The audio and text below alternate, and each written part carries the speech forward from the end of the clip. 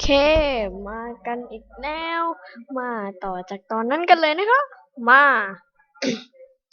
ช่วยด้วยช่วยคุณกับเดียวเอ้ยคุณกับเดียวรีบวิ่งไปดูตรงหน้าผาที่ข้างล่างนะมีเด็กคนหนึ่งด้วยนะกำลังตะเกียกตะกายจมแหล่งอยู่ในน้ำไม่นะเมอร์เมดรออยู่ตรงนี้นะก่อนที่คุณจะประมวลผลทางร่างกายของเดียวก็หายลงไปในน้ำแล้ว ไม่เป็นไรนะเดียวนะต้องไม่เป็นไรคุณบอกกับตัวเองในใจเต้นแต่ในใจนั้นเต้นรัวเหมือนกระดิ่งเตือนภัยเดียวที่เป็นชาวประมงว่ายน้ำแค่เพียงไม่นานก็คว้าตัวเด็กของนั้นเอาไว้ได้ทุกอย่างจนถึงตอนนี้ดูไม่มีปัญหาอะไรจะต้องพาเด็กคนนั้นมาถึงฝั่งอย่างปลอดภัยได้แน่ไม่จริงนะน้ำมันค่อยๆกอดตัวขึ้นห่างออกไปไม่ไกลจากเดียวแต่เพียงพริบตามันก็ขยายใหญ่ขึ้นดูดคืนน้ำโดยรอบเข้าไปโดยยังช้าต่อให้เป็นเดียวที่เป็นชาวประมงแต่ด้วยน้ำวนขนาดนี้เดียวทันใดนั้นก่อนที่น้ำวนจะขยายมาจนถึงตัวเดียวกับเด็กคนนั้นเครื่องรางก็เป็นแสงสีขาวเจิดจ้าก่อนลอยหายไปกับสายฝน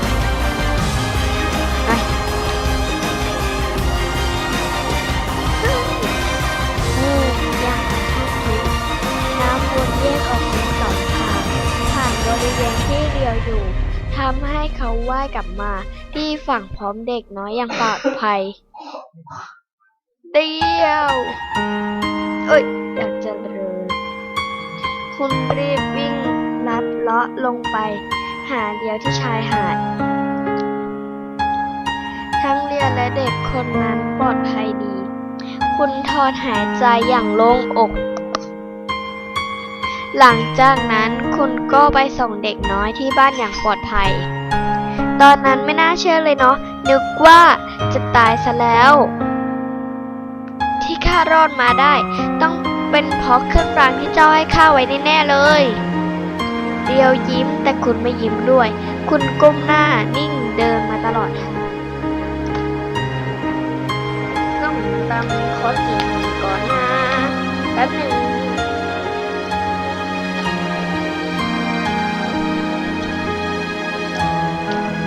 รอแป๊บหนึ่งก่อนนะจะไปเปิดแอร์ร้อนแต่ว่าคุณปิดหน้าต่าง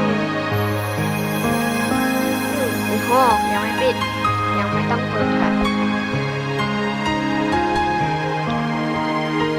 เลี้ยวรอบมองคุณก่อนถอดหายใจอ้าวเด็กลืมหยุดเดินกางแขนออกก่อนหลับตาปีก็ขอโทษที่ทำแบบนั้นนะขอโทษที่ทำให้เจ้าต้องเป็นห่วงเพราะงั้นเชิญต่อยผลักร่างกายของเดียวล้มบนพื้นหญ้าด้านหลังโดยที่ไม่ทันตั้งตัวโดยมีคุณอยู่ด้านบนคุณโผล่เข้ากอดอย่างเต็มแรงเมอร์เมด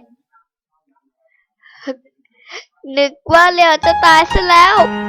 กลัวแทบแย่นะไม่ได้โกรธที่เหตุผลผลัดกระโดดลงไปนะเดี๋ยวเกาแก้มตัวเองอะไรอะเจ้ยเหรอจิ้นจื้ออะไรก่อนลูบหัวคุณโอ้ข้าอยู่นี่แล้วไม่ต้องกลัวแล้วนะ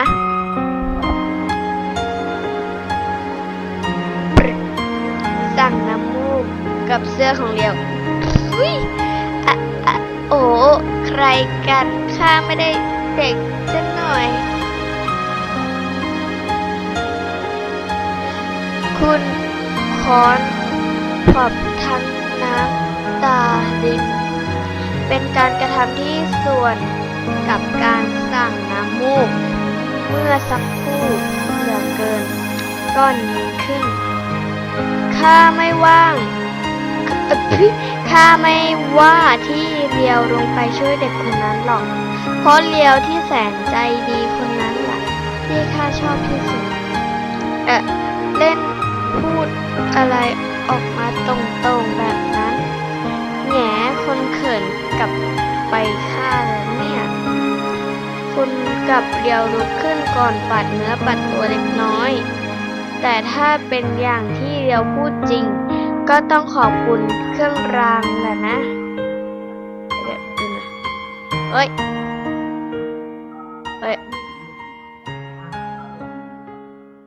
เฮ้ยก็ขึ้นอยู่กับเรียวนี่ไม่ใช่ไปแล้ว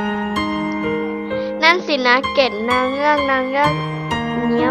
มีตัวตนอยู่จริงๆสินะสมมุติถ้าข้าไม่ใช่มนุษย์แต่เป็นนางเงือกล่ะคุณถามด้วยเสียงแผ่วเบามาไม่ต้องตอบก็ได้ข้าแค่สมมุติเฉยๆถ้าเจ้าเป็นนางเงือกก็คงเป็นนางเงือกที่น่ารักที่สุดละมั้ง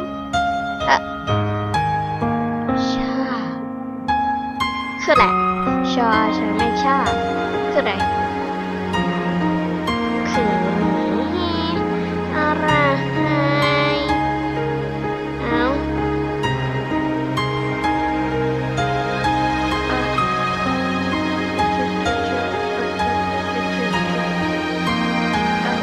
ขอบังนิดนึงก็แล้วกันโอเคจะได้รู้นาทีนะคะโอเคไปต่อกันได้เอาไว้ชิบหายโอเคโถเอ้ยกลับดีกว่าไปล่ะคุณสะบัดหน้าไปอีกทางก่อนเดินนำอะไรริ้วมุ่งหน้ากลับไปยังหมู่บ้านโดยที่มีเรียวห่วงเรื่องเวลาโดยที่มีเรียวเดินตามต้อยตาคนนี้นี่ตอบอะไรก็ไม่รู้แต่คุณก็หลอกยิ้มออกมาว้าวเสียงสัญญาณดังลั่นทันทีที่กลับมาถึงก็พบว่าทุกคนต่างออกมานอกบ้านเพื่อฟังเสียงประกาศ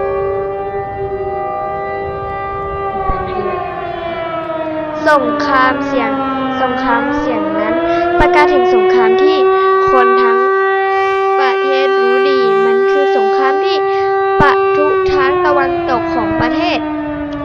และเริ่มแผนวงกลางเข้ามาเรื่อยๆอีกฝ่ายคือประเทศทางตะวันตกและตอนนี้ทางญี่ปุ่นเองก็ตกอยู่ในสภาพเสียเปรียบทั้งทางการพลอุปสรรคกูอ่านไม่ออกกูบอกตรงประกาศด้วยเหตุนี้วันพรุ่งนี้ตอน 6 โมงตรงให้ชายทุกคนที่มีอายุตั้งแต่18 ถึง 50ที่เหลืออยู่ทุกคนย้ำทุกคนมาขึ้นทะเบียนเกณฑ์ทหารโดยพร้อมเพรียงแสดงว่าเรียวนี่ที่เป็นแฟนกับเมลเมดแสดงว่ามันต้องอายุ18 19 30โอเคประมาณ30เกี่ยวอะไรเลยวะ20ดิเคขอเอาไปแค่นี้ก่อนแล้วนะคะเพราะเดี๋ยวมันจะก็อย่าลืมกดไลค์ Subscribe แล้วให้กำลังใจให้อยากดูต่อกันนะคะไม่แน่อาจจะอัดคลิปเองก็ได้นะโอเคบ๊ายบายเดี๋ยวจะทิ้งลิงก์ไว้ให้พาร์ท 2แล้วก็ทิ้งลิงก์ไว้ให้นะคะบ๊ายบายไว้เจอ